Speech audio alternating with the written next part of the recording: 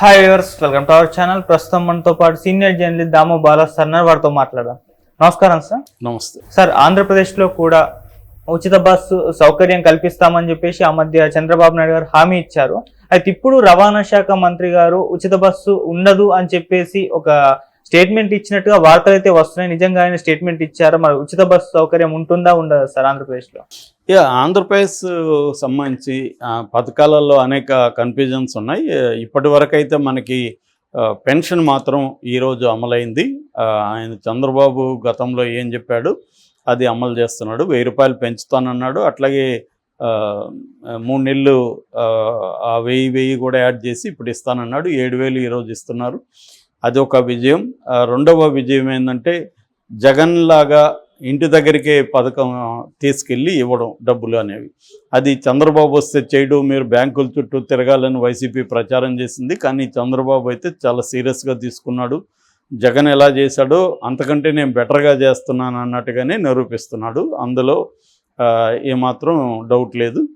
దాదాపు 4000 పైన కోట్లు, 4000 కోట్ల పైన పెన్షన్లు ఇవ్వడం అనేది దేశంలోనే ఫస్ట్ అన్న రికార్డు కూడా చంద్రబాబుకే దక్కింది. 65 లక్షల మందికి పైన ఈరోజు పెన్షన్ ఇస్తున్నారు. అందులో కొంతమందికి 7,000 ప్లస్ 3 7,000 చేరుతుంది. కొంతమందికి 15,000 వరకు కూడా వెళ్తుంది. ఇలాగా రకరకాల సెక్షన్లకు కూడా ఈరోజు మార్నింగ్ 6 నుంచి 8 లోపల ఫినిష్ చేసే విధంగా యంత్రాంగం అంతా కదిలింది, పనిచేస్తుంది.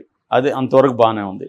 మిగతా సూపర్ 6 పథకాలకు సంబంధించి ఇంపార్టెంట్ పథకం మహిళలకు సంబంధించి ఫ్రీ బస్సు, ఉచిత బస్సు పథకం.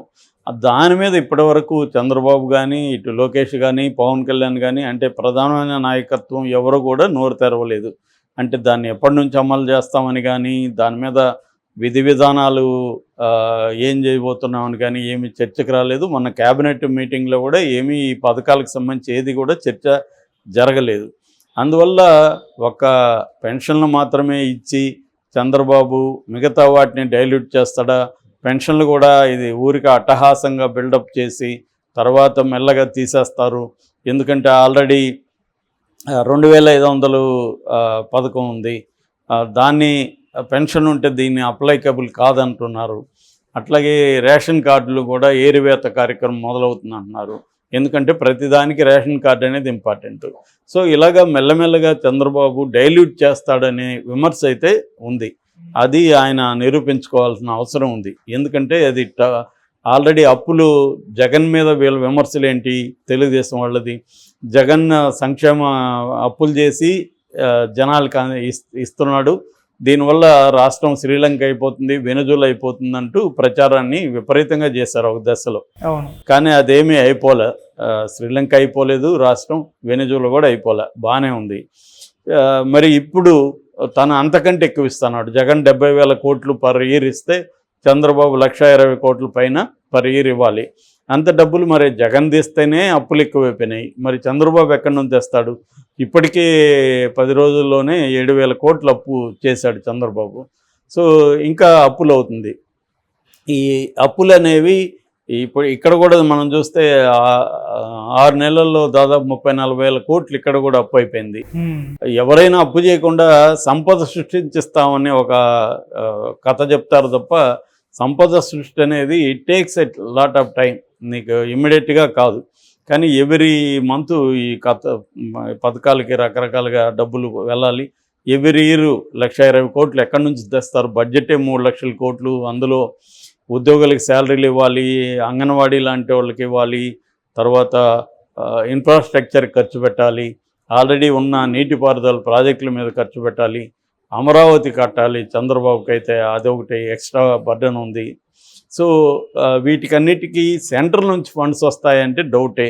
ఎందుకంటే సెంటర్ ఈ 10 ఏళ్లలో పెద్దగా ఫండ్స్ ఏమి ఇచ్చింది లేదు. అప్పులు తీసుకోవడానికి పర్మిషన్లు ఇచ్చింది, కొంత విధిల్చింది. అంతకంటే అది కూడా జగన్ పదే తిరిగి చేసుకుంటే జగన్ అవసరం వాళ్ళకు ఉంది కాబట్టి ఇచ్చారు. ఇప్పుడు నిజానికి చంద్రబాబు లేకపోతే గవర్నమెంటే లేదు. ఆ స్థాయిలో చంద్రబాబు ఉన్నాడు. కానీ చంద్రబాబు ఎందుకు గట్టిగా డిమాండ్లు చేయట్లేదు? మొన్న చంద్రబాబు ప్రమాణ స్వీకారంకి వచ్చినప్పుడే మోడీ దగ్గర కొన్ని హామీలు ఎందుకు ఇప్పించలేదు, అన్న విమర్శలు కూడా వస్తున్నాయి. ఓకే. అయితే ఇప్పుడు వైసీపీ ఆత్మరక్షణలో ఉంది కాబట్టి పెద్దగా విమర్శలు కానీ లేకపోతే ఉద్యమాలు కానీ పెద్దగా లేవు. ఎందుకంటే ప్రతిపక్షం నిర్వీర్యంలో ఉంది. సో ప్రతిపక్షాలు గట్టిగా మాట్లాడే పరిస్థితి లేవు. అందుకని షర్మిల లాంటి వాళ్ళు ఇప్పుడు కొంత మెల్లగా నోరు విప్పుతున్నది. ఈయన ప్రత్యేక హోదా తీసుకురమ్మంటున్నారు. ఆల్రెడీ మనకి బీహార్ ప్రత్యేక హోదా రావాలని వాళ్ళ జాతీయ కార్యవర్గం జేడీయూ జనతాదళ్ యునైటెడ్ జనతాదళ్ జాతీయ కార్యవర్గం తీర్మానం చేసింది. మరి చంద్రబాబు ఎందుకు తీర్మానం చేయట్లేదన్న విమర్శలు చంద్రబాబు మీద ఉన్నాయి. నేను దీని మీద నిన్న చెప్పాను. సో ఓవరాల్గా ఏంటంటే చంద్రబాబు తను ఇచ్చిన సూపర్ 6 పథకాలని నిజంగా అమలు చేస్తాడా అన్న డౌట్లు అయితే ఇప్పటికి కూడా ఉన్నాయి. పెన్షన్ అయితే సక్సెస్ఫుల్గా ఈరోజు అమలు చేశారు. ఇప్పుడు రెండవది ఏంటంటే ఉచిత బస్సు పథకం. దీనికి సంబంధించి రవాణా శాఖ మంత్రి రాంప్రసాద్ రెడ్డి, మెండిపల్లి రాంప్రసాద్ రెడ్డి నిన్న ఒక మాట అన్నాడు. అదేంటంటే మేము ఖచ్చితంగా అమలు చేస్తాం, బట్ ఎప్పుడు అనేది చెప్పలేము అనేది అంటున్నాడు. ఇక్కడే డౌట్ వస్తుంది జనాలకి. అమలు చేస్తామంటే దానికి ఒక డేటు, ఒక వ్యవహారం ఉండాలి కదా. వీళ్ళు ఇక్కడ కాంగ్రెస్ వాళ్ళు ఇమీడియట్గా అనౌన్స్ చేశారు. దాన్ని స్టడీ చేయడానికి ఎంత టైం పడుతుంది? అదేం పెద్ద ఇది కాదు కదా. ఆల్రెడీ కర్ణాటకలో ఉంది, తెలంగాణలో ఉంది, తమిళనాడులో ఉంది, ఢిల్లీలో ఉంది, ఈ రాష్ట్రాలంతా ఉంది. చేయాల్సింది ఏంటంటే ఏ రాష్ట్రంలో ఎలా అమలు అవుతుంది. ఫర్ ఎగ్జాంపుల్ తెలంగాణలో ఎలా అమలు అవుతుంది? ఓన్లీ పల్లె వెలుగు ఎక్స్ప్రెస్ బస్సులకు మాత్రమే ఇచ్చారు, మిగతా బస్సులకి ఇవ్వలేదు. అట్లాగే బార్డర్ వరకే ఇచ్చారు. అదే కర్ణాటకలో కొంత ఎక్స్ప్రెస్లకి కూడా మిగతా వాటికి కూడా ఇచ్చారు. ఎక్స్ప్రెస్లు పల్లె వెలుగుతో పాటు మిగతా వాటికి కూడా ఇచ్చారు. బార్డర్ దాటి 20 కిలోమీటర్ల వరకు కూడా అక్కడ ఇచ్చారు. సో అక్కడేమో సపరేట్గా ఒక స్మార్ట్ కార్డు ఇష్యూ చేశారు. ఇక్కడేమో ఆధార్ కార్డుతోనే నడుస్తుంది. అయితే దీని మీద ప్రధానమైన విమర్శలు ఏంటంటే కొత్త బస్సుల సంఖ్యను పెంచకుండా ఉన్న బస్సులే కానీ నువ్వు ఈ స్కీమ్ పెడితే విమెన్ విపరీతంగా ట్రావెల్లోకి వచ్చేస్తారు. రెండవది స్త్రీలు కూడా రెగ్యులర్గా వెళ్ళే ఆఫీసులకో పనులకో రెగ్యులర్గా వెళ్ళే స్త్రీలు ఉంటారు. వాళ్ళు కంఫర్టబుల్గా బస్సులో వెళ్ళి జాబ్ చేసుకోవాలి. అట్ట కాకుండా ఈ కిక్కిరిసి సీట్లు లేకుండా కొట్టుకొని గందరగోళం మీద వాళ్ళు టయానికి వెళ్ళలేరు. ఆఫీసులకి వెళ్ళినా కూడా ఆ రోజు పని చేయలేరు. ఎందుకంటే ఒళ్ళు హోనం అయిపోతుంది వాళ్ళకి. సో అందువల్ల వాళ్ళందరూ కూడా దీని మీద విపరీతంగా విమర్శలు పెడుతున్నారు. బాబు దాని బదులు మేము డబ్బులు ఇస్తాం, బస్సులు ఎక్స్ట్రా వేయండి, ఆ బస్సులో మమ్మల్ని ఎక్కించండి, మేము మంచిగా డబ్బులు ఇచ్చి మేము వెళ్ళి మా జాబులు చేసుకుంటాం, ఈ టార్చర్ ఏంది మాకని వాళ్ళు విమర్శిస్తున్నారు. ఎందుకంటే ఫ్రీ అనేసరికి పనున్నా లేకపోయినా ఫ్రీనే కదా వెళ్ళొద్దాం అని సరదాగా అని వెళ్ళి రావడం, ఎక్కడో ఏదో అమ్ముతున్నారంటే వెళ్ళి రావడం, ఇలాగా వాళ్ళు అవసరం ఉన్నా లేకపోయినా జర్నీస్ అనేవి పెరిగాయి. అట్లాగే బంధువుల ఇళ్ళకి వెళ్ళొద్దాంలే ఏముంది అని అవసరం ఉన్నా లేకపోయినా వెళ్ళి రావడం, ఇది పెరిగింది. దీని మీద మనం చాలాసార్లు చెప్పుకున్నాం, జోకులు కూడా వచ్చాయి, మీమ్స్ జోక్స్. ఎందుకంటే గవర్నమెంట్ ఇవ్వాల్సిందే కదా ఆర్టీసీకి. ఈ డబ్బులంతా జీరో టికెట్ ఇష్యూ చేస్తారు. ఎంతమంది వచ్చారనేది ఆ జీరో టికెట్స్ ద్వారా లెక్కేసి అంత డబ్బులు ఇవ్వాలి. దాని మీద ఇక్కడ 2500 నుంచి 3000 కోట్లు బర్డన్ పడుతుంది.